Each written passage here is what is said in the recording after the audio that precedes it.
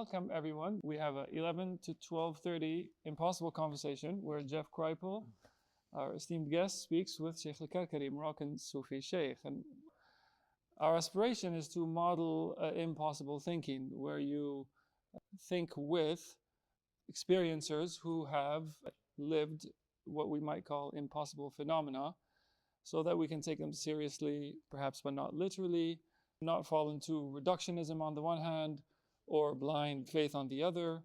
And we just want to have fun and to explore and to be curious. And so Amin Gulechuz, he's my PhD student who works on Ottoman intellectual history, who's translating into Arabic for the Sheikh because he does not understand English. And I will speak to the Sheikh in Arabic to explain what Jeff says.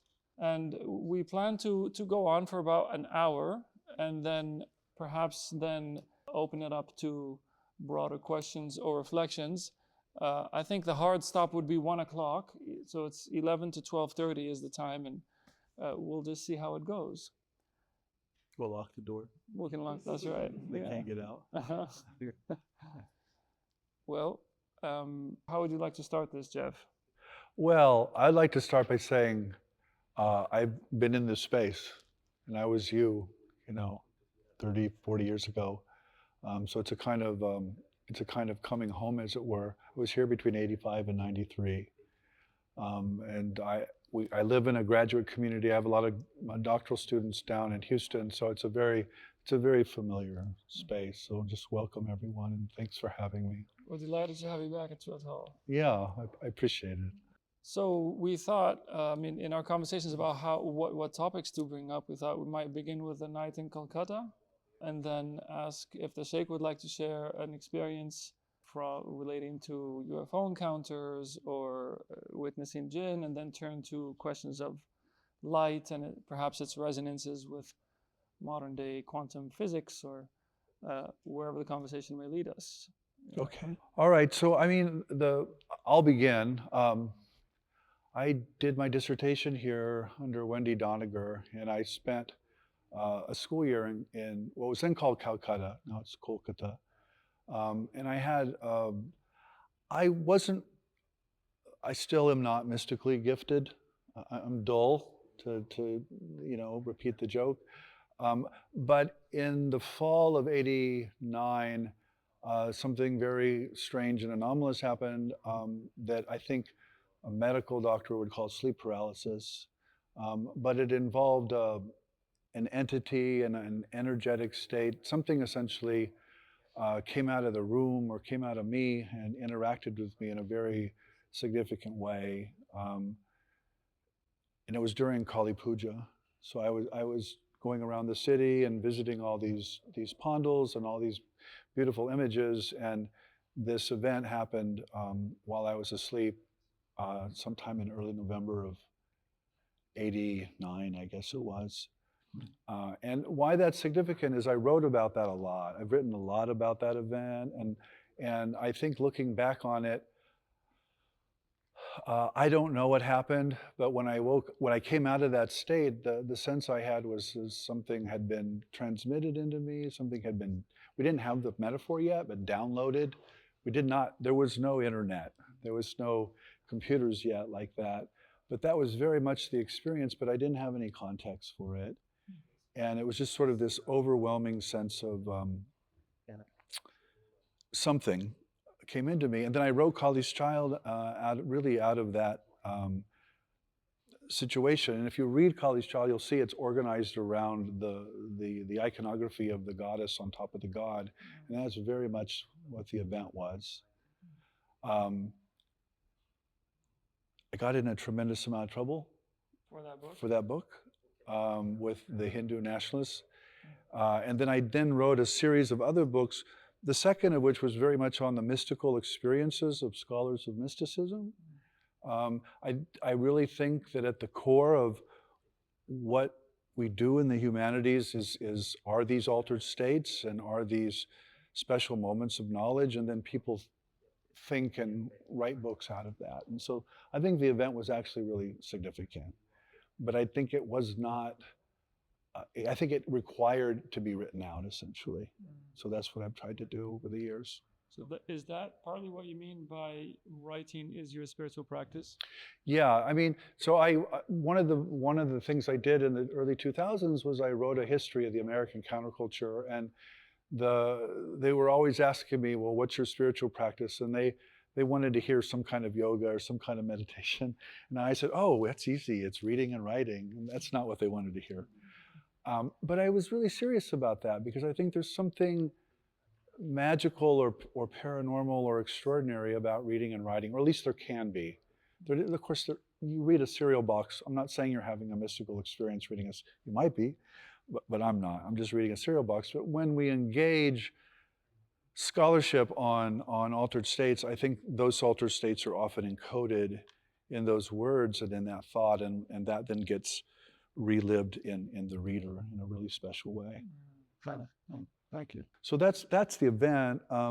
It's been recreated. I was telling Byron that it was just on a series called Beyond, and they really did a beautiful job of reliving or refilming or reimagining that event in Kolkata. I was really happy with it, but it's fairly recent. Well, what would you like to ask the Shaykh? Well, a lot of the study of religion is source-based or historical. And really what we're talking about here is a kind of experiential source. You begin with the experience, and then you think out of the experience itself. And so the human beings who have had these experiences are primary or for this kind of work. And so I'm really interested in the Shaykh's experiences of things that are not supposed to happen, but clearly do, and why academics take those off the table and don't talk about them, and what would the study of religion look like if we kept those on the table. So your own anomalous states or mystical experiences that may not have room in the academy, but are nevertheless really important. إذا أعوذ بالله من الشيطان الرجيم بسم الله الرحمن الرحيم الحمد لله رب العالمين الرحمن الرحيم مالك يوم الدين إياك نعبد وإياك نستعين اهدنا الصراط المستقيم صراط الذين أنعمت عليهم غير المغضوب عليهم ولا الضالين آمين اللهم صل على سيدنا محمد وعلى آل سيدنا محمد كما صليت على سيدنا إبراهيم وعلى آل سيدنا إبراهيم وبارك على سيدنا محمد وعلى آل سيدنا محمد كما باركت على سيدنا إبراهيم وعلى آل سيدنا إبراهيم في العالمين إنك حميد مجيد بسم الله الرحمن الرحيم بسم الله الرحمن الرحيم بسم الله الرحمن الرحيم بسم الله بسم الله بسم الله الله الله الله ولا حول ولا قوة إلا بالله العلي العظيم. إذا نرحب بالإخوان ونقول للكل مرحبا بنا عندكم ومرحبا بكم عندنا، وجمعنا الله في فكرة توصلنا إلى فهم مبتغى وغاية اجتمعنا عليها من أجل معرفة ومن أجل الوصول إلى فهم أو حل لغز معين كان في قلبي أو في خاطر أو في فكر أيا كان من الحاضرين.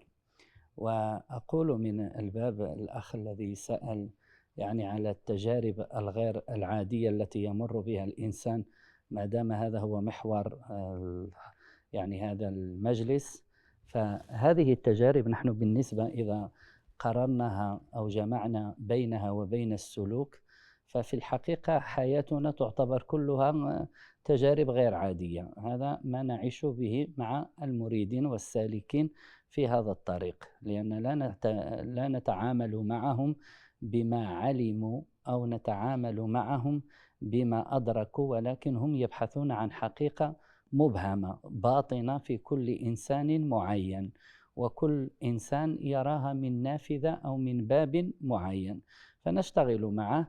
فباشتغالنا مع الإخوان والأخوات في هذا المجلى يعني صرنا ندرك لا نقول نعلم كل الأمر، ولكن ندرك بعضه أو من زاوية معينة بحكم التجارب العديدة التي تختلف من شخص لآخر، ومن أخ لأخت، ومن ثقافة لثقافة، وهكذا. أما يعني من ناحية الأخ، ما دام يكتب في الأمور يعني التي تأتي أو نعبر عنها، نحن نقول ما وراء العقل أو فوق العقل، يعني أمور غيبية، ونحن الحمد لله في الديانة الإسلامية ليس عندنا مشكل في هذا الباب، لأن عندنا الإيمان بالغيب هو رتبة يعني عالية في الإسلام، فنؤمن بالله وملائكته وكتبه ورسله واليوم الآخر بقدر خيره وشره، ومن بين هذا كله غيبيات، يعتبر هذا المحور أو أركان الإيمان كله غيبيات.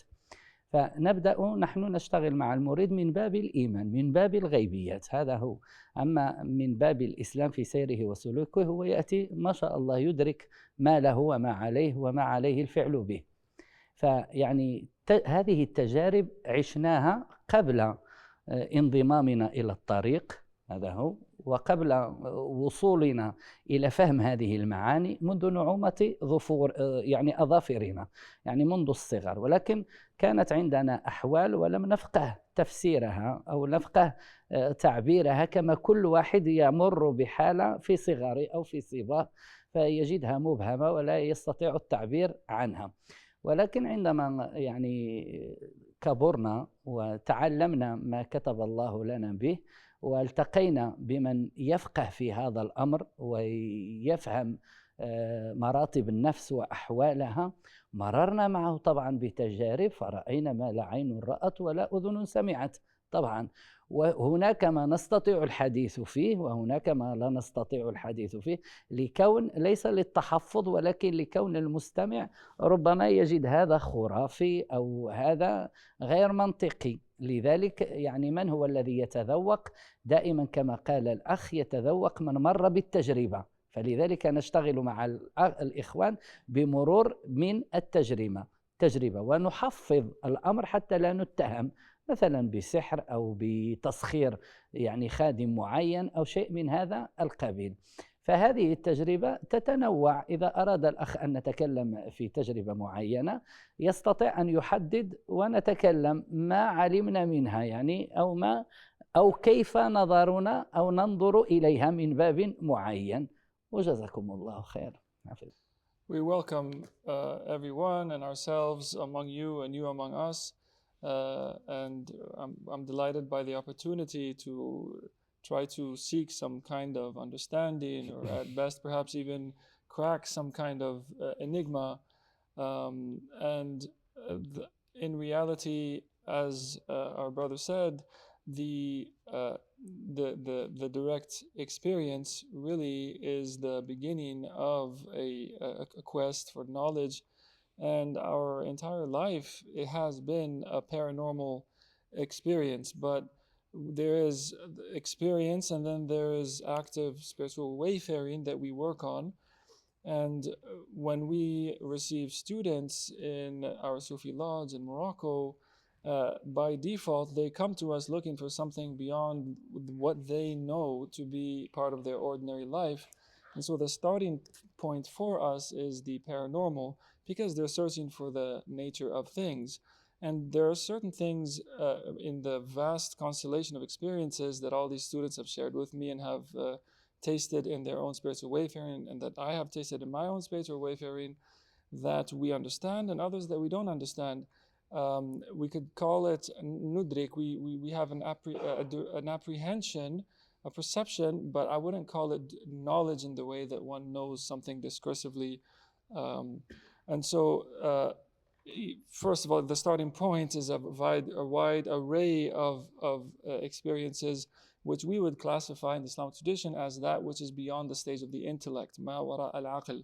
Beyond the stage of the intellect, for us, there is no quandary or issue or problem there for us, because belief in, or iman in, faith in the unseen is one of the pillars of the faith. We believe in God, the angels, the unseen, the decree, it's beautiful, it's ugly, the messengers, the revelations in their plurality. And so the beginning of our work is this paranormal, this unseen, of which we understand and others that we don't. And we've had experiences before taking on the spiritual path that I can still not understand, and I'm not able to make sense of. However, on the whole, as I approached my Shaykh, his uncle, Sid al-Haj al-Hassan, after 10 years of wandering in Morocco, coming out of very traumatic childhood, he was able to frame everything that I was seeing and witnessing in my wanderings within a framework that then helped me understand things retrospectively. And because my Shaykh understood the levels of the soul, the 7 levels of the nafs, from the soul that commands unto evil, to the lamenting soul, to the soul at peace, to the pleased and pleasing soul, up to the perfected soul. And among the things that I lived with my Shaykh, there are things that I simply cannot speak of, on pain of being accused of madness or insanity, or worse yet, charged with black magic. And but the starting point is whoever has, as you said, whoever has an experience, whoever tastes it, as we would say in Sufi tradition, there is a shared something there that's communicable. And I'm happy to speak of things that I don't understand in by way of experiences that that didn't come out of my meditation and spiritual training, as well as things that came out of as a fruit of my training. So I definitely want to hear about those experiences, but I suppose the bigger question is there a place to talk about these experiences that is not about witchcraft or possession or madness? In other words, is there a way to talk about these experiences that occur, I think, really across all cultures and throughout all time, that doesn't fall in either into a reductionism or into a particular theology? And I'll give you a good example. I work all the time with experiencers, and they're accused of being mad, or they're accused of being demonically possessed. And they clearly are not. I mean, they're just not. It's just not true. But it's a way to control a particular worldview, to keep things on the table and to take things off the table. Right. So I guess the question I'm trying to ask is there a way to think about human religious experience or spiritual experience that is not bound by a particular worldview or a theology or an ideology? And that might be scientific, it might be secular, it might be religious. يعني السؤال الكبير هو كيفاش نقدروا نفكروا في هاد الامور ديال التجربه من غير تقلص، ما نقلصوش من الامر، نقولوا مثلا هذا سحر ولا حماق ولا شي حاجه مثلا، ومن غير تقييده في عقيده معينه، نعقدوها في شي اطار ناطروه، نقولوا هذا الشيء راه مثلا I'm going to complicate that. ودابا بغى يعقد هذا السؤال. The question, I mean, so another question is, where is the agency here? And why don't we understand these things? And maybe we're not the agents of these things. Maybe the phenomena itself has an agency. And one of the things that I've been struck by over the years is the deceptive nature of the phenomena. And this, and what happens, of course, is that the skeptic comes in, or the reductionist thinker comes in and says, oh, the deception is human. It's about the military or the intelligence community, or it's a fraud or whatever. But the phenomena itself does seem to manipulate the perceptual apparatus of the human being, and does seem to be somehow in control of what is seen and what's happening. And a lot of times the religious believer in my context now, and inevitably a Christian context, sees that in a demonic or a negative light, but that doesn't really work. If you talk to the people, deception is not necessarily a bad thing, if I can put it that way. Okay. I mean, I deceive all the time. I deceive my children. I deceive my pets. I mean, deception is a form of intelligence. It's a form of caring, as well as it can of course be sinister or negative, but it doesn't necessarily have to be.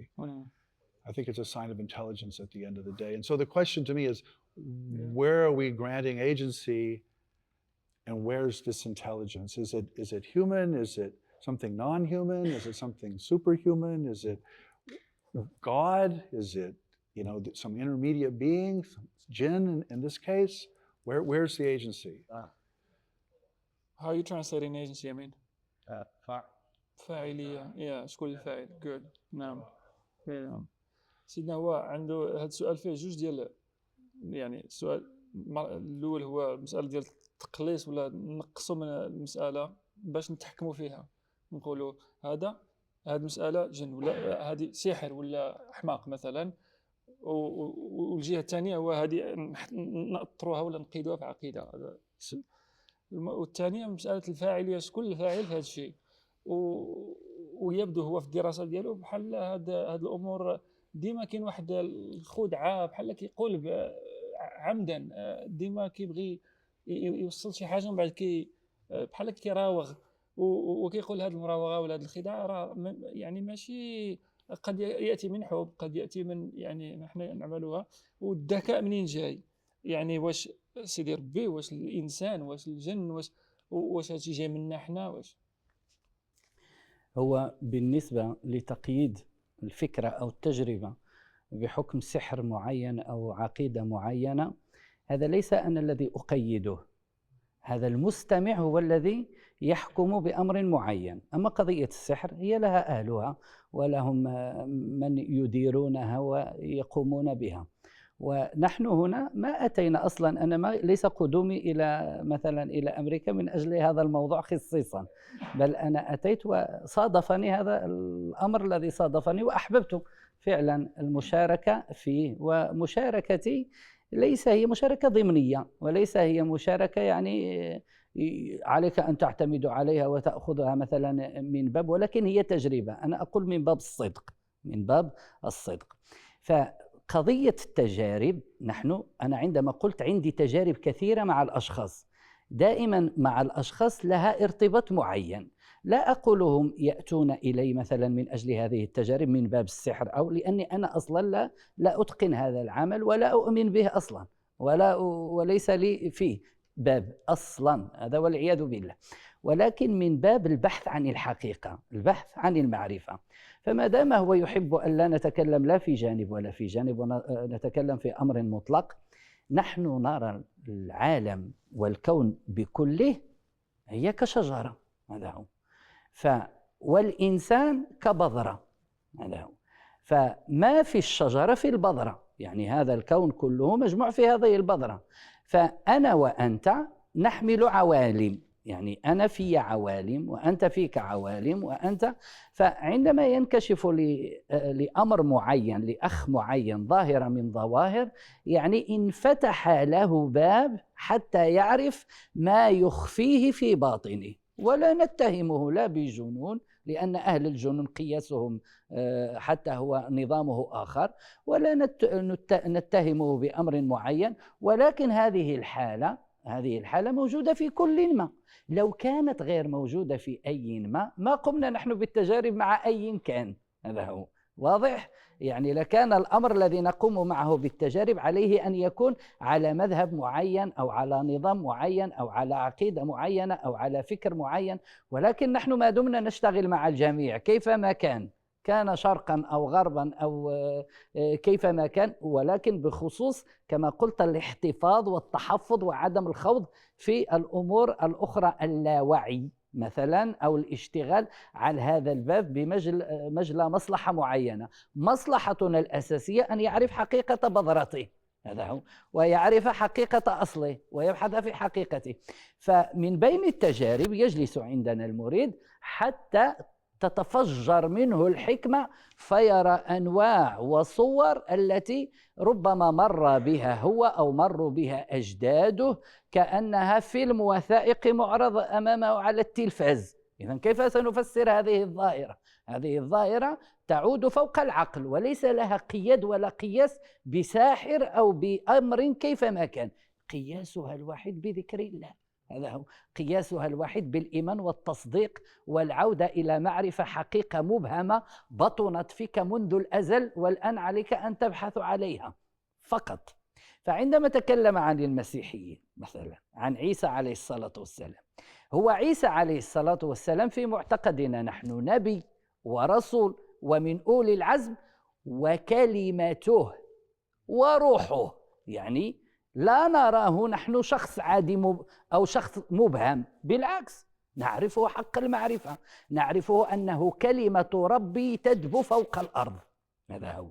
فيعني إذا كان هو كلمة فأحبابه من يكونون؟ حروف هذه الكلمة، ضمائر هذه الكلمة، حركات هذه الكلمة، هم أتباع عيسى عليه الصلاة والسلام الأحقاء الصادقون في السير والسلوك. مثلا إذا رأينا هكذا ونراه روح الله، يعني نفخة قريبة من الله، هذا هو، ليس جزء ولكن لطافة وسريان من الله في عبده. هذه النفخة توجد فيك وفي وفي كل من كان. فنرى مثلا عيسى والأنبياء عليهم السلام بالسواسية بحثوا عن هذه الحقيقة، ونحن في زمننا هذا نتحفظ وننكر ولا نؤمن ونصد هذه الحقيقة وندنسها بلفظ مثلا الشياطين أو بلفظ الجن أو بلفظ العالم السفلي أو بلفظ السحر أو غير ذلك.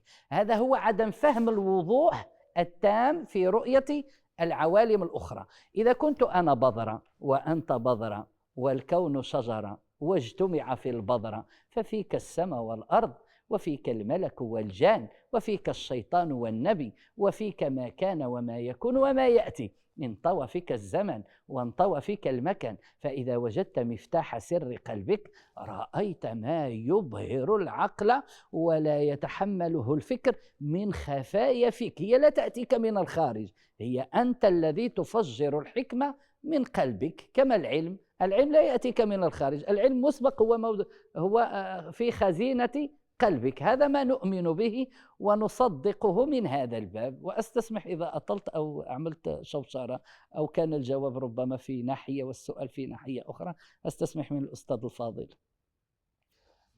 So we want to, I understand your point about avoiding the limiting or qualifying and limiting things to one extreme or another, reductionism on the one hand, or the sort of the framing of these phenomena in terms of theological traditions on the other.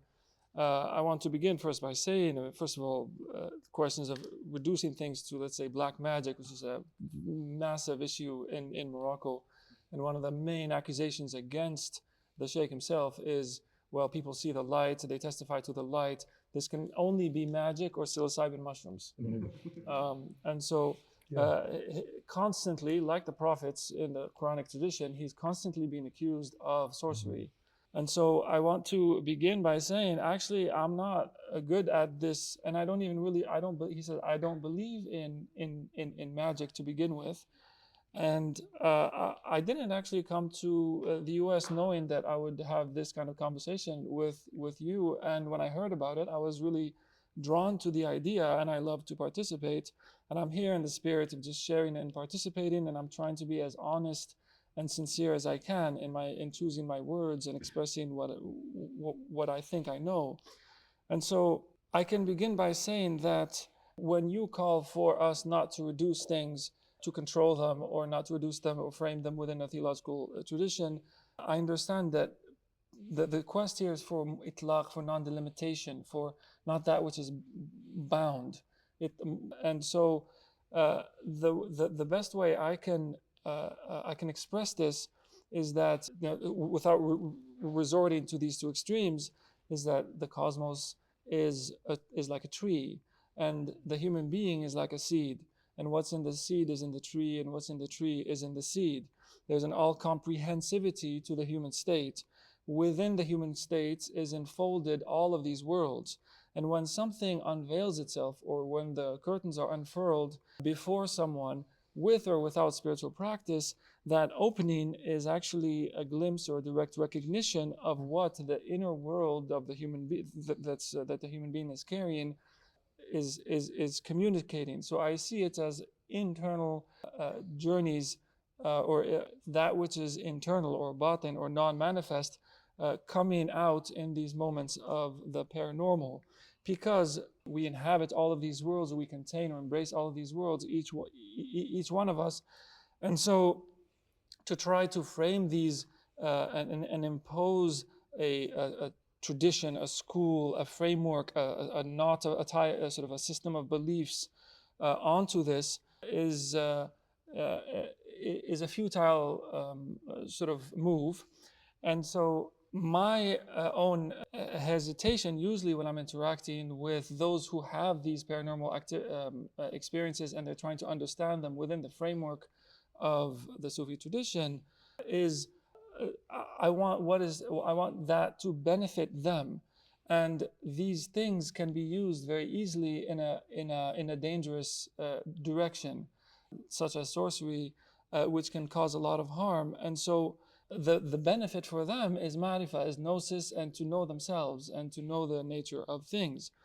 So typically what happens with people come to me either from experience or without practice is shortly before or shortly after there's he called it like an explosion of forms, of images, like a documentary series like Beyond that you described, before their field of vision, where they're past things that happen to them either in their own family or ancestrally, whatever it may be, begins to gush forth before their eyes in their field of vision.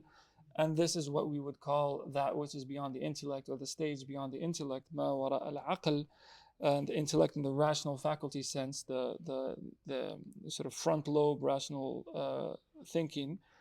And our measure or our yardstick thereafter with them is, first of all, relating these things to the faith so as to root them and anchor them, and then to help them with the practice, with the remembrance, so that they can begin to affirm and not deny, and then to use those experiences for their own benefit. Allow me to give you the example of Jesus, peace be upon him. We believe him to be the word of God and his spirit. In the Quran, he's described as kalimatullahi wa ruhuh. Now, he's a ambiguous individual in that respect. He's a word walking on the earth. And so I would say that those who claim, because you mentioned how Christians reduce things, that you sometimes interview, reduce things to the demonic, you would say if one were to take seriously the claim that he's God's word walking on earth, or his spirit walking on earth, then those who follow in his tracks would be letters of that word, or dialectical inflections, dama'ir. It's a play on word here with the Arabic sort of case endings. And so I understand that sort of iconic description of Jesus in the Quran to be an inblowing, a subtle insufflation, a flow. What we call prophets are those who've been searching for this reality. The prophets were searching for this reality, but the act of reduction is the act to really, it's like to really reduce or to insult the teachings that they were trying to sort of instill and communicate. So I'm a seed, and within me are the heavens and the earth, and within me and within you is the past and the future and time and place. And it's a question then of finding this key, this miftahu sirri aqlik, the key of the secret behind your intellect, which when attained causes this eruption, and you see that which bewilders the intellect. And I don't think it's from the outside. I don't think it's exterior. And I apologize if I get a bit energetic in how I speak. So please thank the Shaykh. I'm coming from a very similar place. The experiencers that share with me, there's a moral impulse, is what I'm trying to say. There's a deep moral impulse here, and it's affirming these human beings over their cultures or their traditions or whatever the case might be. And it's often very STEMmy, by the way. These are not necessarily religious people. We'd have fun translating STEMmy. Yeah, sciencey. Give me a hard time. Yeah, Please go ahead. I mean our culture down in Rice is very STEM oriented. It's very science, technology, engineering, and mathematics, and so people struggle because they have these experiences that actually don't fit into that framework. And so the moral impulse that I feel strongly is affirming what they are saying regardless of their cultural framework or their ideological framework. What? I also wonder a lot whether what they are saying is really from the outside. بس I think it's often from them. But where this goes and why it's so related to what we do in the humanities is it changes completely what we think a human being is. If you take the soul seriously and you start to uncover all these extra temporal and extra spatial dimensions, which is what these experiences are about, I think, you cannot talk about the human being anymore only as a social identity or only as a body in time and space. You have to have some other conception of the human that's much bigger, much more cosmic than is ordinary or agreed upon in our fields. And please remember, I don't exist in a Sufi order. I exist in a secular research institution. I talk to physicists and engineers and people without any of these mystical backgrounds. So I don't have the benefit of a religious order, which does give a context for this. But too often what religious orders do in my experience, and I'm not speaking about yours, is they say essentially, don't pay attention to what just happened. Ignore the impossible, focus on your meditation or liberation or enlightenment or whatever it is. Don't listen. And what I'm trying to say is, no, listen. It's trying to teach you something. It's trying to tell you something. It's trying to push you forward on this path, wherever that path is going. And so that's the moral impulse behind this that I think often gets elided or gets ignored. They think this is just about believing stuff, and I'm just interested in the weird. Where I'm really interested in are human beings. We're saying this is the most important thing that ever happened to them. This isn't a tangential kind of run-of-the-mill thing. This is the most important thing that ever happened to them, and it's precisely what they can't talk about. So why is that? What is wrong with us? Reading your works, I mean, I wanted to say one thing. Don't you think that Shaykh's response was a little on the soft side, subjective, and not, what about the hard side? Because you like to take into account both the hard and the soft in these paranormal events. There are a passage in your book about thinking impossible. It's like, think landing marks and nuclear bases being shut down by UFOs. And, yeah, so this is, the joke I tell is that it's about radar and revelation. Oh. And nobody ever laughs, by the way. I just chuckled. Okay, you chuckled. But the reason nobody laughs is there's no category. Things are either subjective and therefore unreal, really, in the secular model, or things are external and objective and are about things and so are real. And the thing I love about the UFO phenomenon is not that I understand it, or because I don't, but that it involves both these hard, what I call sci-fi special effects in the physical environment, and it involves these transformations of the person, of the psyche or the soul, and they're both true. You cannot understand the phenomenon without both of those. And what people are always doing is they're cutting off all the weird stuff, and they're saying, oh, it's a spaceship, it's an extraterrestrial. No, what about all this other stuff going on around it? And they won't talk about that. And so that's where I get crabby and I get upset, because that's what the people are saying. That's what's happening. But the radar is also, and by the way, we don't actually know what the radar is. We're always removed from it, right? And as a researcher in the humanities, I know that real research involves citing sources. And anyone reading that can go to that source and read it for themselves. We don't have any of that in the radar stuff. It's always second or third hand, always. And so I'm suspicious of the radars or of the reports. Yeah, about I'm the like, radars. who's fooling us here? What's going on? Why can't we like share this in a public? I mean, that's how research is done. That's how science is advanced. Sciences don't advance by classifying everything and cutting things into pieces. Right. But that's exactly what you have. Yeah. So it's clearly designed so we don't understand it. But that's a human problem. That's a military or a government problem. That's not a research or humanistic problem. So anyway, so to push the Shaykh, I think that's what you wanted me to do. What about the physical aspects outside the human being? Like, and I'll give you an example. Not the UFO, but apports, physical objects falling from the sky or falling from the ceiling, rocks falling from the ceiling, visionary or apparitions that are seen by multiple people at the same time. I mean, there are all these sort of physical, the Fatima stuff where you have lights in the sky and the sun doing weird things to tens of thousands of people. We're not talking about one or two people, we're talking about tens of thousands. So what is going on there? Why is the physical environment somehow being manipulated? For what reason? Why? And the Fatima stuff's really, the Marian apparition stuff's really interesting to me, because I grew up Catholic. I don't even like Mary, to be honest. I think the Virgin Mary thing's a bad idea.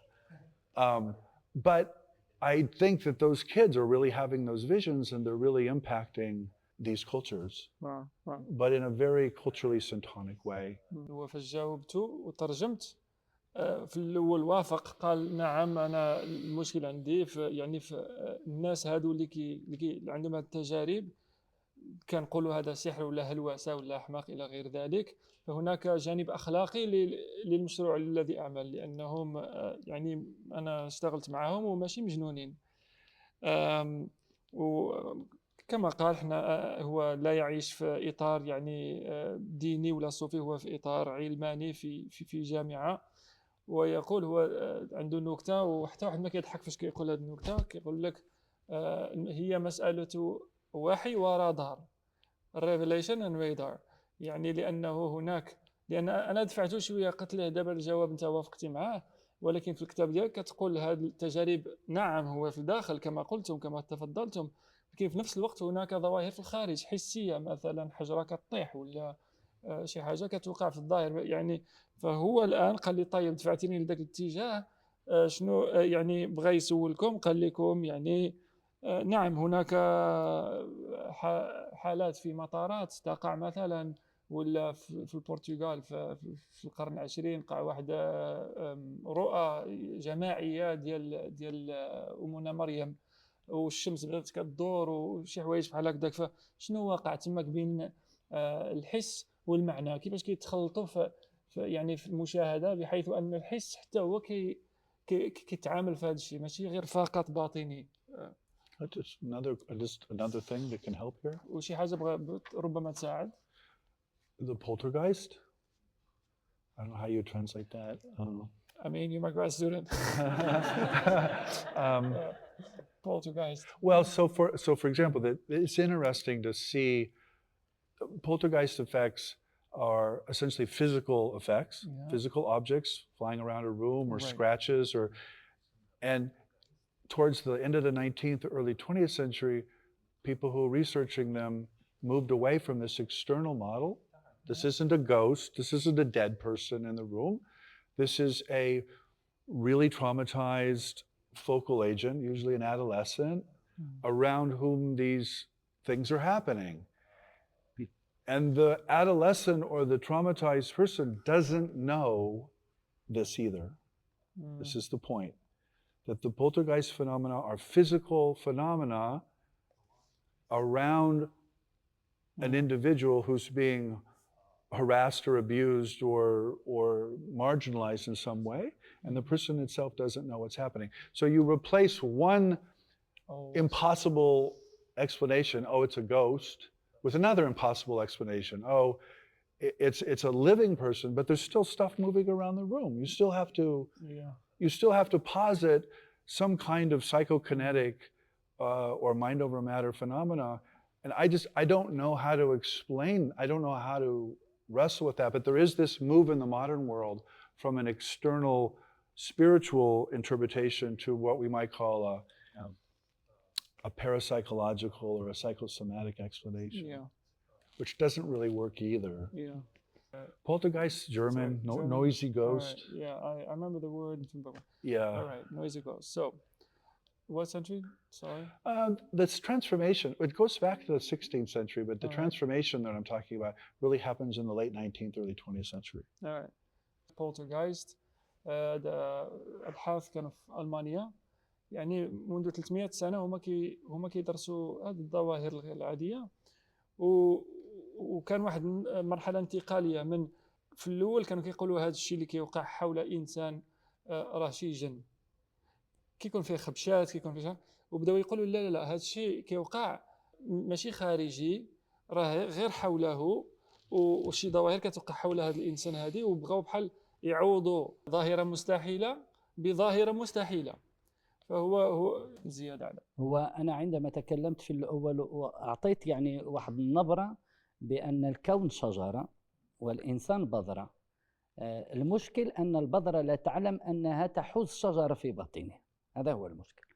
فلو كانت على علم بهذا لتسهل الوضع جديا، لأن مثلا الذي يعتقد روح شريرة هو أصلا مسبق نيته في باطنه سلبية، وكأن بهذه النية وهذا القصد وهذا البحث السفلي يبحث عن أمور شريرة فتظهر أمامه.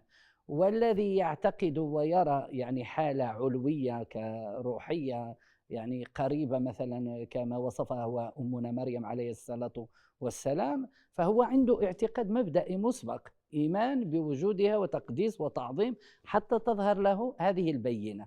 هذا إذا أردنا أن نحكي على الفرد،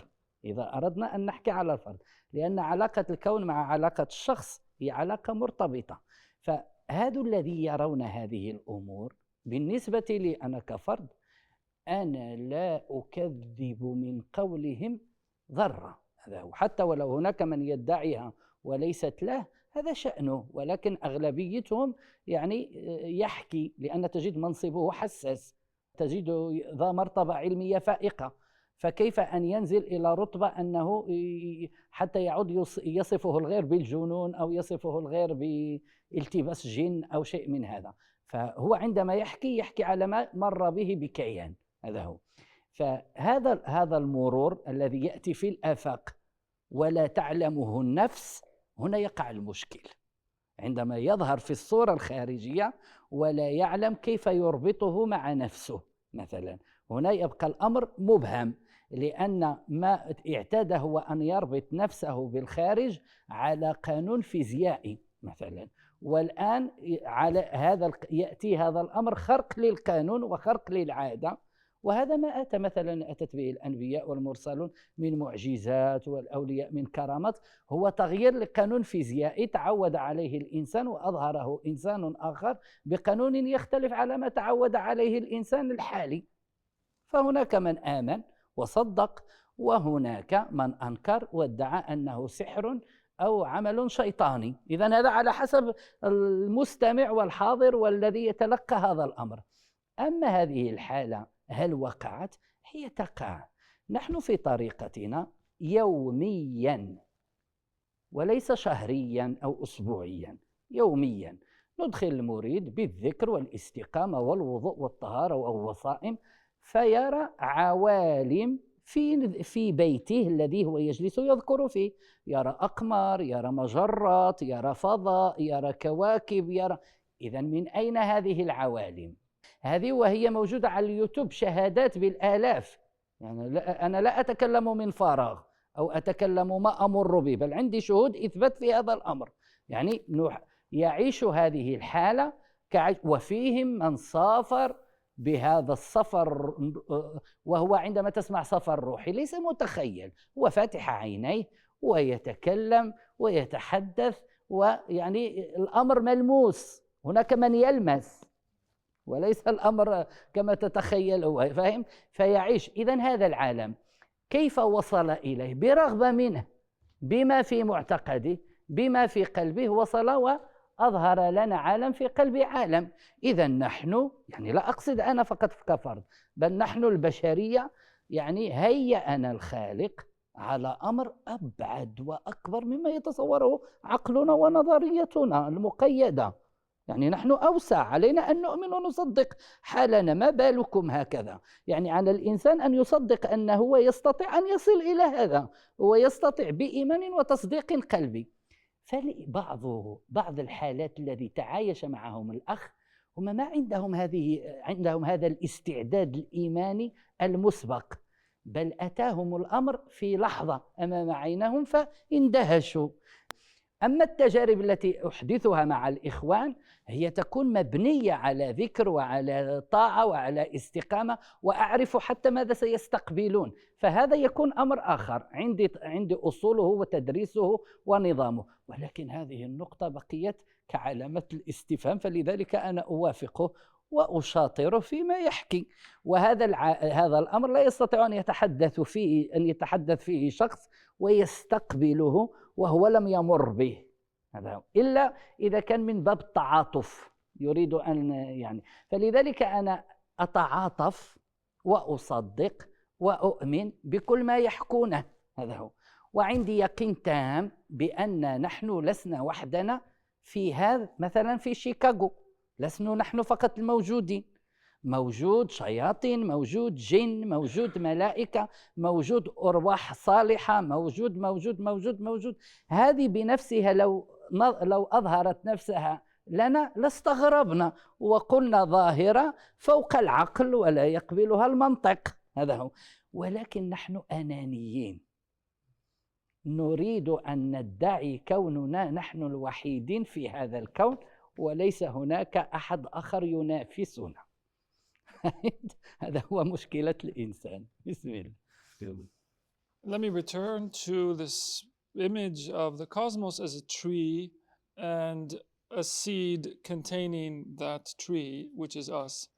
And that seed, in a sense, doesn't really know or understand, realize what it contains in a state of non-differentiation.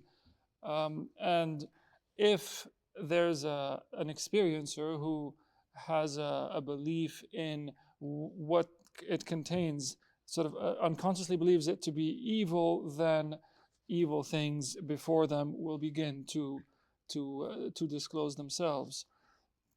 That is all to say that the human being is a cosmic entity, or an entire world unto himself or herself, themselves. And I do not deny or reject a single atom of any report that I hear. Most of them, I actually, they resonate deeply with me. And I have many students who come to me with very sensitive positions in government or at institutions, who are very reticent to speak about some of these far out or extraordinary experiences because of the position that they hold, and they're afraid, of course, of being accused of insanity or of hallucinations or any other sort of reductive move.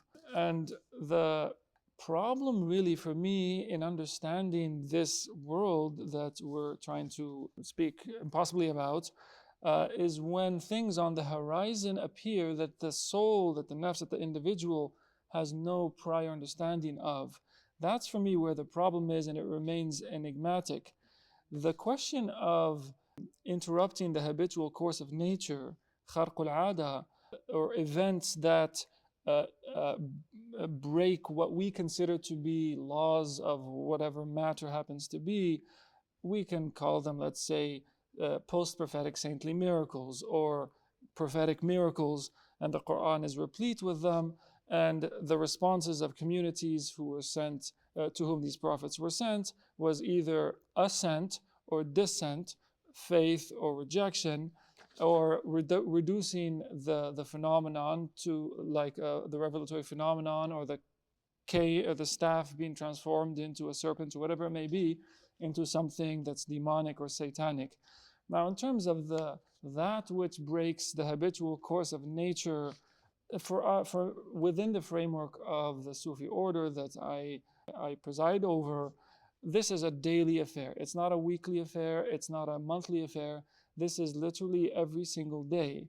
By thousands of YouTube testimonials, you can go check them for yourself, with detailed phenomenological descriptions of galaxies, moons, suns, and various astral journeys that the students, the disciples experience. There's literally thousands of these testimonials, in addition to actual journeys, physical bilocations, and visionary experiences that include the physical, not just like an external physical aspect to it. It's not simply a visionary experience.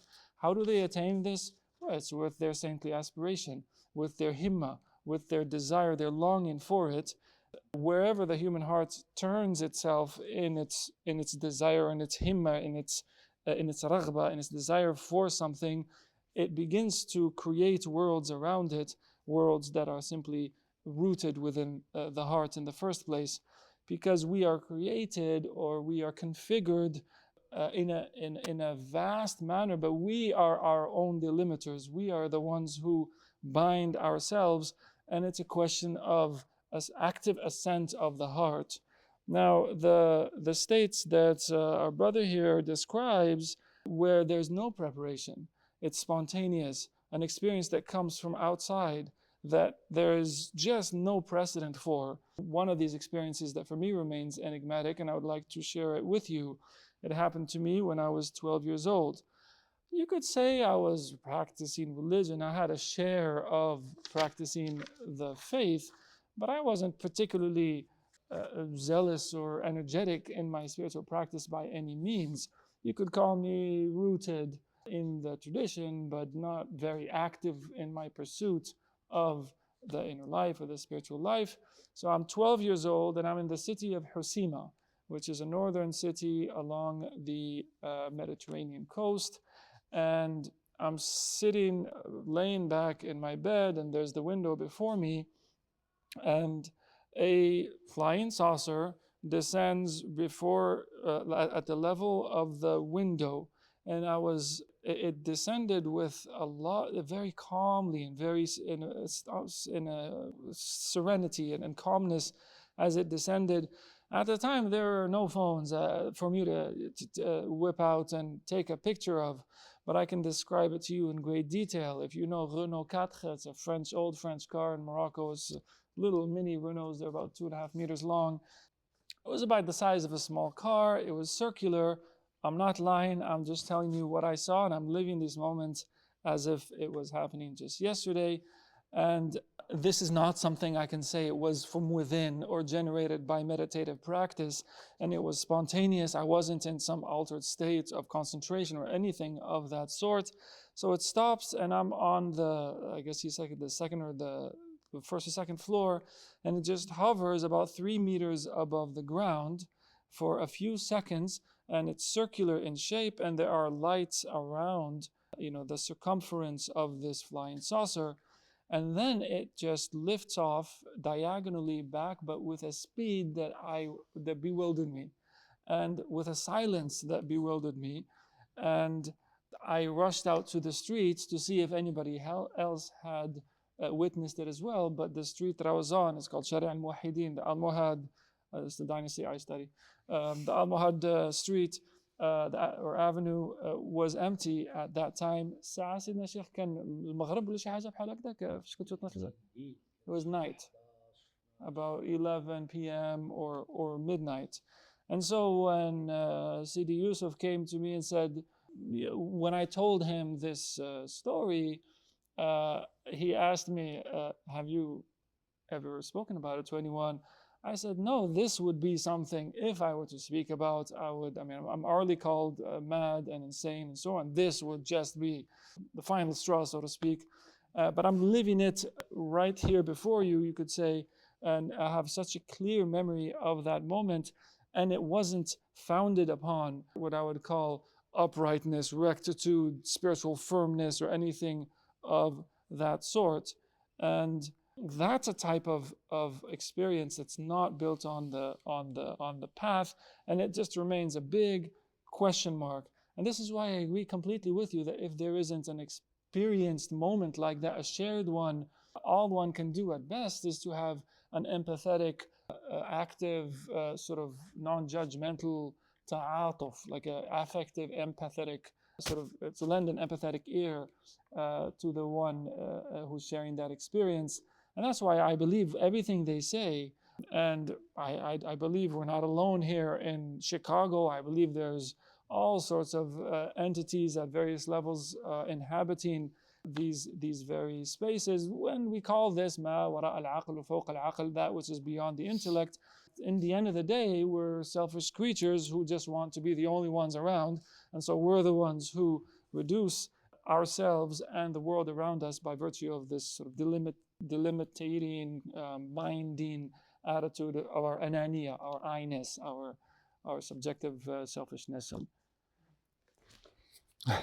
So now we're going. First of all, just a clarification. So this is the first time the Shaykh has talked about that. Yes. هذه أول مرة تتكلموا عليها؟ نعم، هذه أول مرة تحفظنا عليها، لأن في الأول في صغرنا كان فينا خوف مثلا أن نتحدث ويشار إلينا بالجنون، أو يعود إذا تكلمنا معهم في أمر معين بعد هذا لا نصدق، لأن تقولون يعني أضغاث أحلام أو شيء ونحن في قمة اليقظة. يكفيك الحال عندما غادر أنا طليت على النافذة وأرى هل هناك أشخاص آخرون في الشارع رأوا ما رأيت، ولكن سبحان الله لم أجد أحد. فتركت الأمر وصرت أحاول أن أنسى، ولكن لا تستطيع، لأن الشيء عندما تراه عيانا هذا وقريب منك وأنت في كامل قواك العقلية ولا تستطيع البوح به، كأنك تحمل سرا يعني غير واضح وغير مفهوم، وأنت تختفي بالسر. ولكن بعدما يعني دخلنا الطريق الحمد لله واتضحت لنا الأمور وصرنا نتعامل مع العوالم الأخرى ونؤمن ونصدق وبتجارب ملموسة وغير ذلك، ما دامت التجربة الأولى غير مفهومة لا نستطيع أن نتحدث فيها، يعني لا نستطيع أن ندلي بها. ما فائدة أن أقول رأيت أو لم أرى؟ يعني وبعد هذا عندما يقول لك ها أنت أنهيت جنونك، وبعد هذا الجنون ماذا هناك؟ لا تستطيع أن تقول شيء. خلاف الآن التجارب التي نمر بها نتحدث وألفنا فيها كتب وغير ذلك وتجارب ملموسة مع الإخوان، لأن شاركونا في التجربة إخوان جزاهم الله خير وأخوات. يعني عندنا من يفقهنا ونفقهه، عندنا من نتواصل معه، عندما نكون نجلس ونتكلم في الغيبيات عندنا من يسمع منا وعندنا من يشاركنا التجربة ويقول حتى أنا كذا وحتى أنا كذا، ونفسر ونحلل بنصوص مثلا مبنية على الكتاب والسنة أو على نهج علمي أو على تجربة علمية مروا بها إخوان سابقين. يعني الأمر صار ملموس، ولكن تلك التجربة فريدة من نوعها. لو كان تزييفا مني أستطيع أن أصف الخيال الوهمي وخرج منه كائنات ولكن الصدق يبقى صدق والكذب كذب. ولكن إذا وضعت هذا الأمر الآن بين يدي الناس طبعا لا أحد يتقبل، وربما تقدح هذا الحدث، ربما يقدحون حتى فيما أقوم به مع المريدين ويقولون أنت صرت يعني كل مرة تأتينا بأمر جديد، وأنا في حيرة مع من لا يؤمن حتى برؤية النور، وما دام هناك من يشارك نفس الرؤية فأوافقه الرأي، ولكن تبقى الرسالة مبهمة. When I was young, I was scared to speak about this experience. This is the first time I do talk about it. As a 12, 10 or 12, between 10 and 12, I was scared of course, being accused of insanity or simply losing the trust of those around me, the loved ones around me. And that's why I mentioned to you that I rushed out to the street to see if others were there who could share with me that event so that I wouldn't be accused sole-handedly of insanity. And so I just tried to forget it. I tucked it away, and it was hard, and I couldn't do so because it was something that I saw with the eyeballs in my sockets. And it's as clear as it is for me right now looking at you. And it I just took it as I matured, I saw it perhaps it's carrying an enigma or mystery, a secret that's simply not clear, and I just had to live with that, the memory of that experience.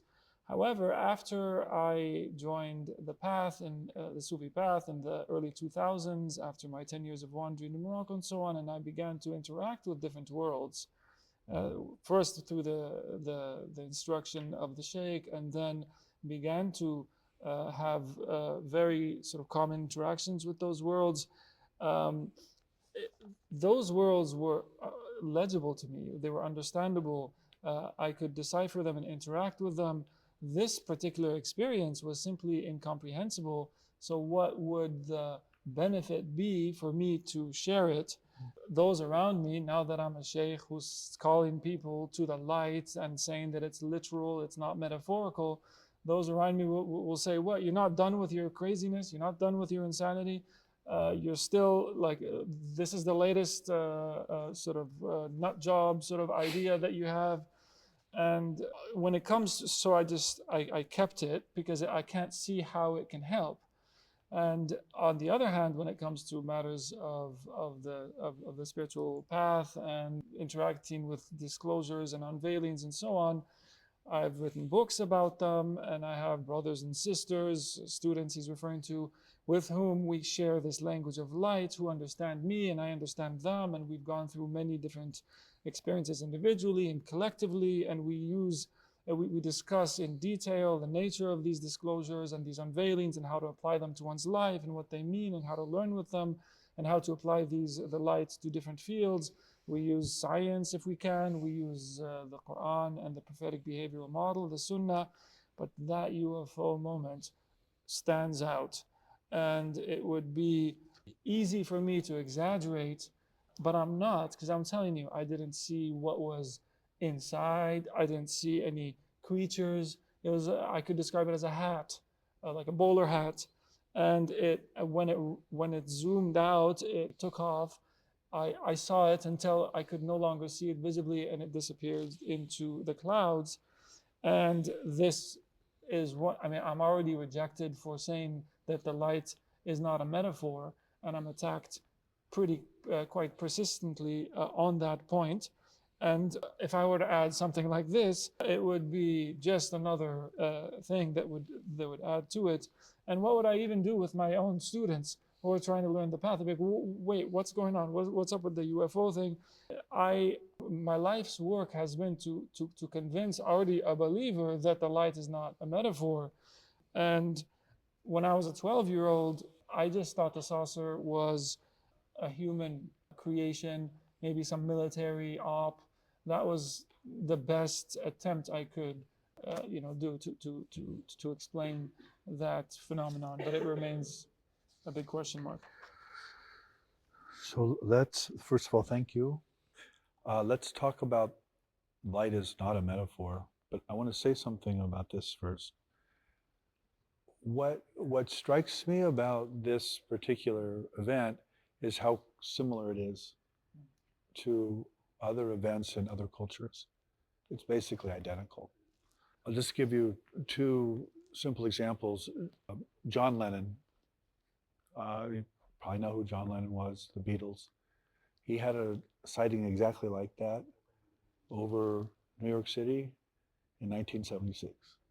And he drew it and he writes about it, and it's just physical and it's clear. It was in broad daylight, by the way.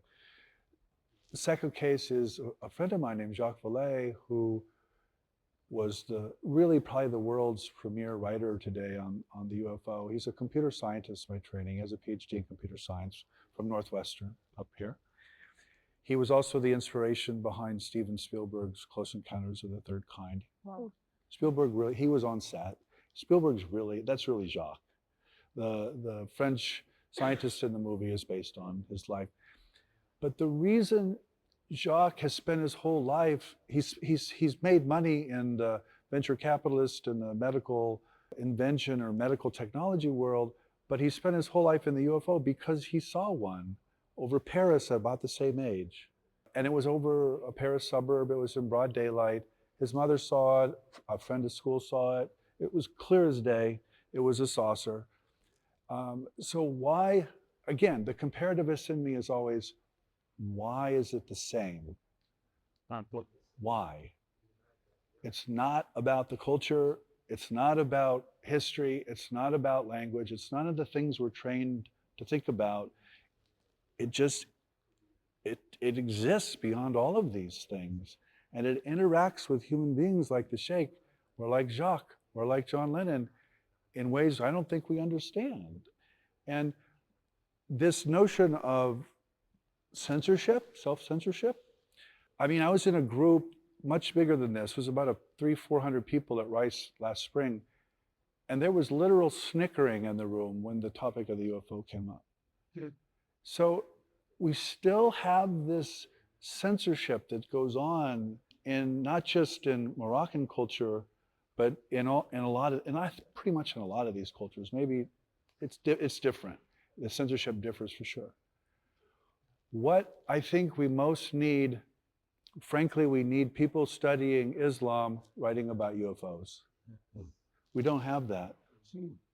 We need people studying Hinduism, Hindu traditions, writing about UFOs, people studying Buddhist traditions, people studying indigenous traditions. We need this whole comparative scope. Same with the poltergeist. Poltergeist and the jinn. I mean, they're very similar. You know, they're also very different. How do we think about those two things together? I think then we're going to kind of get somewhere. But I think the conversation today is so wrapped up with, is it real or unreal? And that's a non-starter. That just shuts down the conversation right away.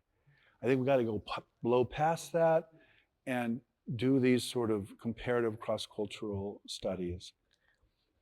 The question of light as not a metaphor is another really, really obvious comparative point. I mean, you get this in mystical literature around the world, as far as we see back, that there's something about light that is living, that is us, that is essentially part of the divinity. It's not a metaphor. You know, this sort of Protestant move that everything is a metaphor is I think what's really, really hampering us, really hampers us.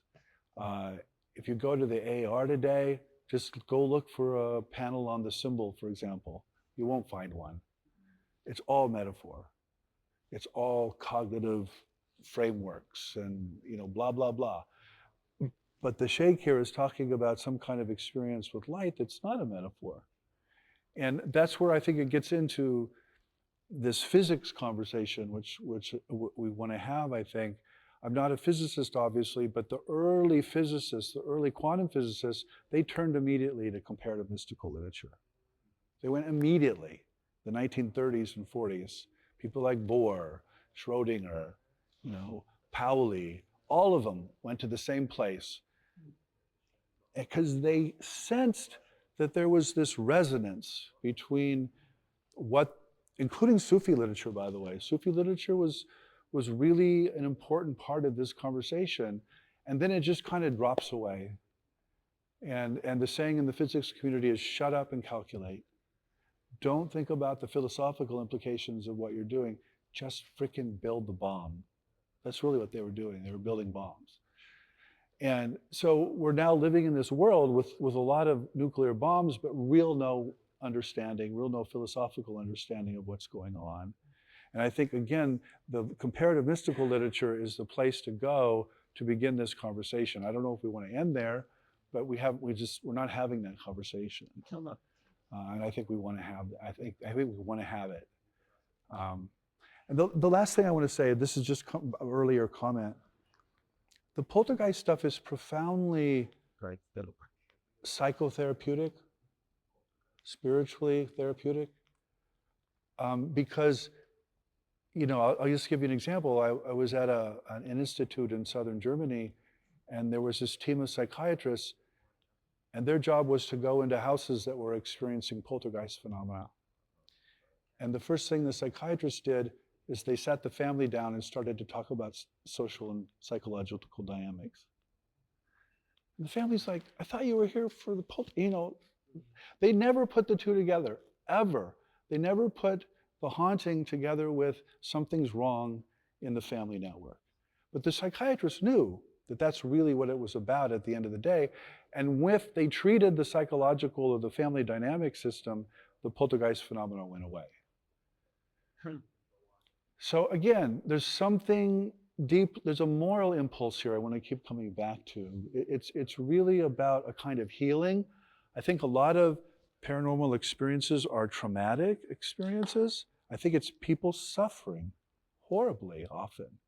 And they're crying out for some kind of healing through these special effects in the environment. That's what I think it's what it's often about.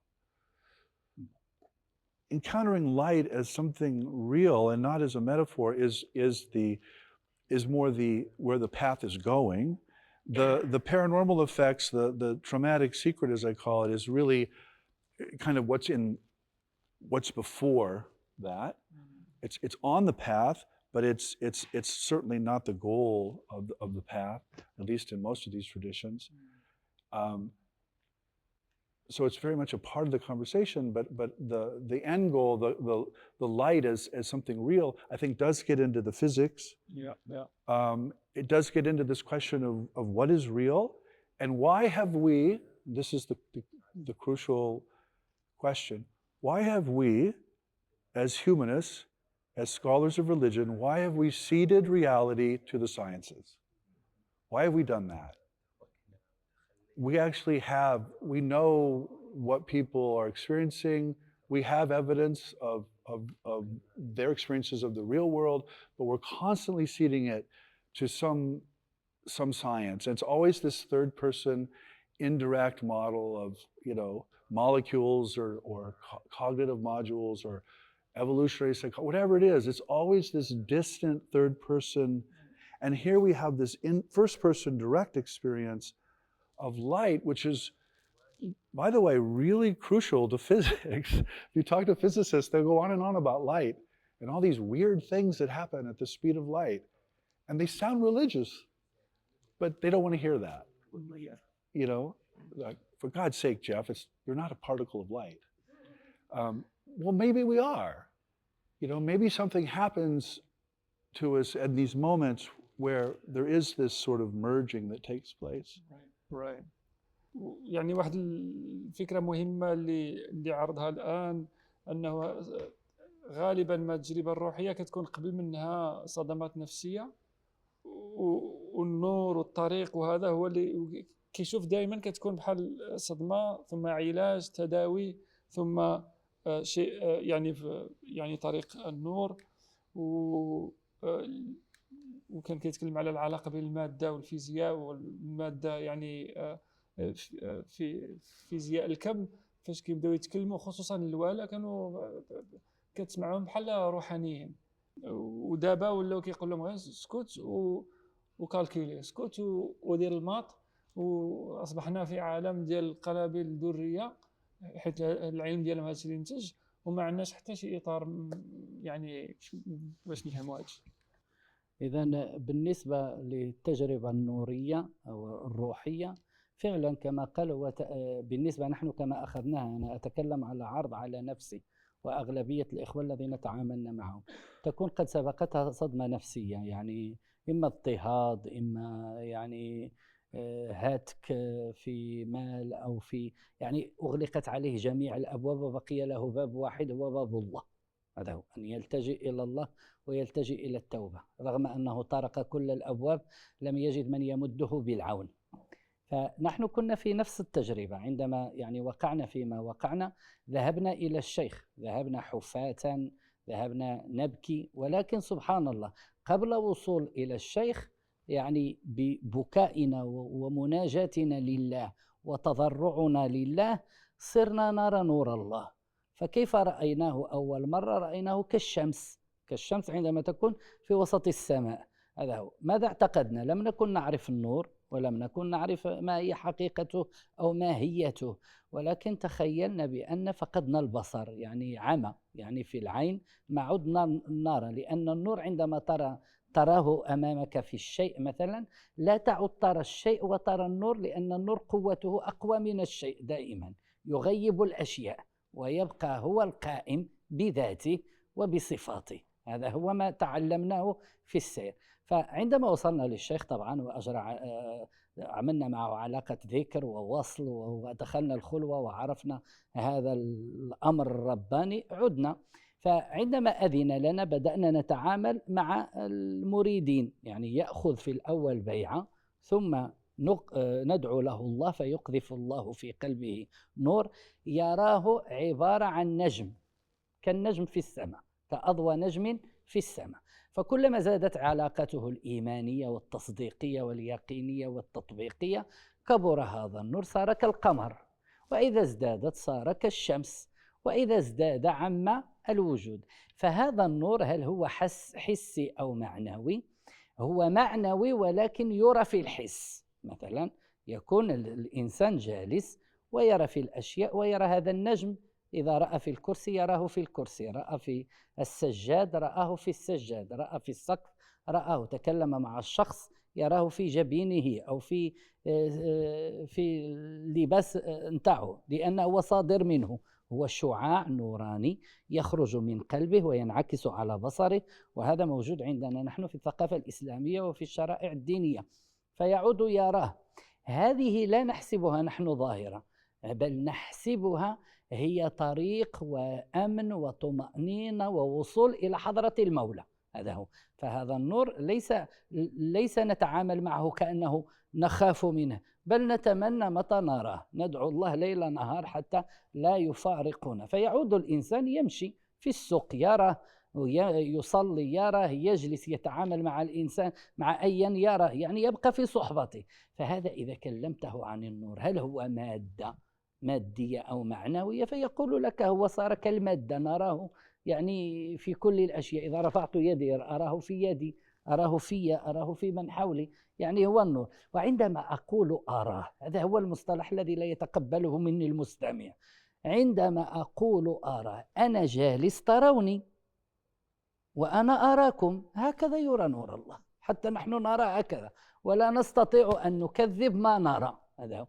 لا نتوهم أو لا نقوم بمجهود، نقوم بالمجهود في الذكر وفي الطاعة وفي الاستقامة وفي الإقبال على المولى. أما رؤيته نراه، لأن حتى طبعا في الأحكام التشريعية أو في الحديث النبوي فهو موجود. عليه الصلاة والسلام يقول الصلاة نور، يعني عندما نصلي نرى النور في الصلاة. نقرأ القرآن لا نرى الحروف فقط، نرى مصباح يسري معنا على سطر كتابة الحروف في القرآن، وليس في القرآن فقط، حتى ولو كنت فاتح جريدة ترى، والنور ترى لأنه يخرج من بصرك فتراه ينعكس على ما هو أمامك. كيفما كان الشيء إلا رأيت هذا النور في الشيء. هذا نراه بهذا المثل، كمصباح، كفانوس، كفيوز، ثم يكبر على قدر ما أنت استعملت وأكثرت من الذكر، يصبح حتى يملأ كل. وما الفائدة من هذا؟ به تعلم، لأن رؤيتك له ليست هي المجرد أني أراه، لا، كلما تقربت إلى النور فهمت، علمت، ذقت، عبرت، صرت أفقه. في الأول كنت حتى ولو أقرأ لا أنتبه لهذه الأمور، الآن ولو أتتك رسالة بريدية تفقه، تغير تعبيرها في المعنى وفي الحس. هي تتكلم الرسالة ربما على فاتورة كهربائية أو مائية مثلا، أو على ضريبة، أو وأنت تقرأ منها إشعارات أخرى. لماذا؟ لأن عندك نور الله، عندك فهم أوسع من الفهم المقيد الحسي. هذا هو، هذا ليس يعد مرض، أو بالعكس هو علاج المرض، هو البوابة للرحمة، هو النور، هو الطمأنينة، هو السكينة. يعني هذا ما يملأ. فحتى العلم كما قال الشافعي: العلم نور ونور الله لا يهدى لعاصي. ما وصف العلم بالمعلومة كما الآن في هذا الزمن. العلم الآن صار هو معلومة تدون، حفظ، تحفظ كتاب وتتليه على مدرس ويقول لك: ما شاء الله أنت صرت عالم. ليس هذا هو العالم. العلم هو نور، هو نور يسري. علم عليك أنت أن تصنع شيء، وليس دائما أنت كيسبي تجمع معلومة وتخبر بها، تجمع معلومة وتخبر بها. إذا أنت شريط مسجل، ليس كائن عالم تعلم ما لك وما عليك. لذلك ما عندناش هذا الرابط الروحي. هذا هو، هذا الرابط الروحي الإيمان. فعندما نتكلم عن النور المستمع يخاف: هذا سحر، الآخر يقول من هناك هذا مس، الآخر يقول هذه عقيدة دينية وأنا ليس بيني وبين الدين شيء. لا يا ابني، أنت نفس، أنت روح، أنت روح مقيد في هذا الجسد. أثبت أنك لست روح. الأمر في الأخير تموت. إذا خرجت الروح من الجسد لا فائدة في الجسد. الجسد يصبح وباء، مرض، يصبح رفاط، يصبح نتن، لا حياة فيه. إذن أين حياتك أنت؟ هل في جمال جسدك؟ هل في يديك أم في قدمك؟ بل فيما استودعه الله فيك. هذا هو. فأريد أن أرى ماذا استودع الله فيه، فأجد أرى أنه نور. هناك من يقول هي طاقة، يعبر عليها بالمفهوم أو بالمصطلح التعبير العلمي الحديث: هي طاقة. حاضر سيدي، هي طاقة. إذن فلماذا لا أبحث عن هذه الطاقة، أتعامل معها وأستفيد منها وأجري هذه الطاقة علي حتى أصبح موسوعة. أنا دائما، هذه المرة الثانية أتيت إلى شيكاغو هنا طبعا وزرت الإخوة. أنا لست آتي لشيء، أنا والله العلي العظيم أدعو دائما معكم بالخير وبالفتح المبين، لا لشيء، لأنكم أنتم يعني حظيتم بما لم يحظى به الغير. أنتم في جامعة محترمة ذات علم، ذات مكانة، ذات قيمة علمية، لها صبغة في المجال العلمي. ولكن يا ليت تضيفون على العلم نور العلم. آنذاك ستبهروننا ونفتخر بما ظهر في هذا الزمن. هذا هو. ولكن صار حتى الطالب علمه ملموس، مادي، محسوس، هذا فقط. نحن نريد يعني، فلذلك كل شيء فيه فن، فيه ذوق، فيه حب. فهناك هذا هو الحب. ليس الحب هو ذاك الجنس أو التعامل، لا، الحب هو أن أنصلح مع نفسي وأحب ما وضع في ربي وأحب حياتي، وتصبح هذه العلاقة مثمرة لي. فإن كنت نجار سأثمر نجارة الحب، إن كنت فيزيائي سأثمر في فيزياء الحب، إن كنت مسلم سأصبح مسلم الحب، كنت مسيحي سأصبح مسيحي الحب، كنت يهودي سأصبح يهودي الحب. المشكل ما عادش في حب. الدين موجود جاف، العلم موجود جاف. واضح؟ تفقهون ربما كلامي. يعني كأن عندك قلم ولكن جاف، تكتب ولكن لا تظهر هذه الكتابة، يبقى خلاص ما في شيء. There is definitely, I see a connection between traumatic experience, and these luminous openings or encounters with the light. Many come to me after having experienced bankruptcy or severe forms of trauma, and in short, the doors close before them. Every door that they try to go through slams in their face, and they have none but the door of the transcendent, the door of the divine reality. And so they come with that ardent desire for it, and that's what typically tends to impel them into a state of luminous disclosure. So my own example is exactly what you're describing. After the trauma of my childhood, after wandering, after whatever happened to me, and after my wanderings in Morocco, homeless, I finally found my door, which was my Shaykh. I had experienced many things throughout my wanderings, but when I when I went to my Shaykh, who was my uncle, Hajj al-Hassan, I went weeping and barefooted, and I beheld my Shaykh as that one door through which I can escape my pain, my past, my trauma. And I began to see an intensity of light on my way, barefoot, weeping, to my Shaykh. I saw it, it was with the intensity of the sun. So my first interpretation, or my first reaction when I saw this blazing sun in front of me, was that I'm starting to lose my eyesight. Because the fact is that the light is that which annihilates the things. It's the underlying substrate of what we call things. And so when it manifests, it erases things that it shines upon. And so after I built this connection, this link, this initiatic transmission, the practices, the litanies with my Shaykh, and after my own wayfaring and spiritual development, and after receiving permission to guide others along the path and guide my own students through the initiatic transmission, through the bay'ah, this pledge of allegiance to a spiritual mentor, what typically happens is at that moment, the murid, the student, comes to me with some kind of pain, some desire, closed doors. And at the initiation, it's typically a glimmer, a star, the pin of a needle that they would glimpse. And as they increase in clarity, in certitude, in fortitude in their own practice, it begins to expand to a shape of a moon and then into a shape of a sun. And when you ask those students or the murids, what is this light? Is it material? Is it physical? They'll say it's as if it were sensory.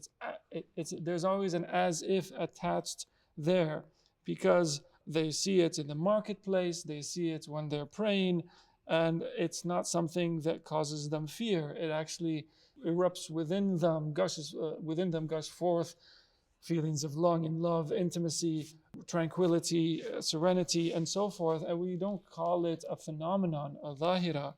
I can say, I can place it on someone's forehead, in someone's hand, on my limbs. And so when asked, I'll say, yes, I see it, or as if I see it. And so is it sensory or is it supersensory? Is it hiss? Is it ma'na? It is that which is seen in the sensory realm. And it's seen on someone's forehead, or it's seen on the street. And it's a luminescence that gushes forth from the heart. When it strengthens enough, it flows over onto the limbs, onto the sensory faculties. And so the path is about fortifying the heart in order for it to gush forth over the limbs. And we don't deny or reject what we see. What I can tell you about the light is when it appears, it's not with effort. The effort is the striving on the path, trying to meditate, trying to remain steadfast in the devotional practices, in the prayer. That's where the effort lies. But the vision of the light is never with effort. And this is validated within the Islamic tradition through prophetic reports, ahadith, where the Prophet describes prayer, salat, as light, or Quran as light. And so I can open the Quran and see light there. I can open a newspaper and see light in the newspaper. I can open my electric bill and see light in the electric bill. I can see light in the thing as a lamp, as the light verse described it. What's the benefit of all this? What's the benefit of seeing light in my electric bill? Well, let me tell you, it's that by which and through which and with which I come to know and to learn. To see it is not the goal. To see it is not the objective. The objective is to know, to recognize, to taste, or what I call reading or deciphering, our art of connoisseurship or legibility of the reality around us. And so in an electric bill, I can see what I would call an illusion, a spiritual illusion, meanings that come to me when I place the light on the electric bill. And so it widens my understanding. It widens the scope and my ability to know and understand. Is this an illness? Absolutely not. This is the cure. This is the door, the portal to mercy. This is serenity and tranquility, and that which gives me the strength to keep going. Imam Shafi'i, one of the founders of one of the major legal schools of Islamic law, he famously proclaimed, knowledge is light, and light is not given to the disobedient. In other words, knowledge is not to be like a USB, where you just upload something that you're not actually generating, you're just a container for it. No light, no knowledge. The connection for us there is inseparable. Is this magic? Is this mess, like being haunted? Is this a creed? I don't accept any of those terms. You're a spirit, an insufflation, a soul. Prove to me that you're not. I can just tell you that a body carrying a spirit becomes a corpse when the spirit leaves that body. So then the onus of proof is not on me. I just say the light is the life.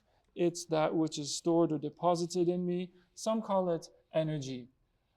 Okay, taqa, if you want to use that term, fine. If that's a term that resonates, use that term. Taqa, I don't particularly like it, but okay, look for it, seek it, and become an encyclopedic knowledge-generating fount. This is my second time at Chicago, and I pray for Chicago in my solitude. And it's a respectable place to learn. I just wish that with the knowledge that you're blessed with, you could add the light of knowledge. Because I see knowledge as desiccated, as dried, and as sensory, as tangible around so-called those who seek to know and to learn. And for me, this knowledge, this light, this direct experience, this love is none other than wholesome rectification of self, or wholesomeness or integrity, insilah, or to become wholesome once more and to give fruit.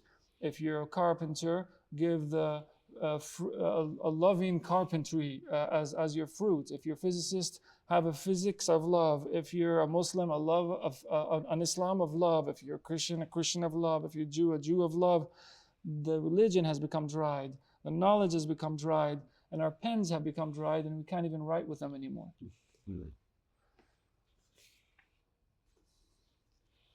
That's a great place to stop. هذه جف القلم قال لك هذا أحسن بلاصة نقفوا فيها. الله يكرمكم. الله يحفظكم الله يحفظكم. شكرا. Thank you so much. قل له اسمحنا إذا صدر منا شي حاجة ولا. He apologizes if something inappropriate issued from him. Likewise. No. وهو كذلك يقول لكم اسمح لي. بالعكس الله يكرمه. The whole point is to offend people. قال لك الهدف ديال حياتي انني offend people بس الناس ما يشعروش بالراحه حولي. هو كيقول صح. Yes. You're both on the same page. Yeah. Beautiful. Thank you so much, everyone. Thank you, Shaykh. Thank you, Doctor. Okay. Thank you.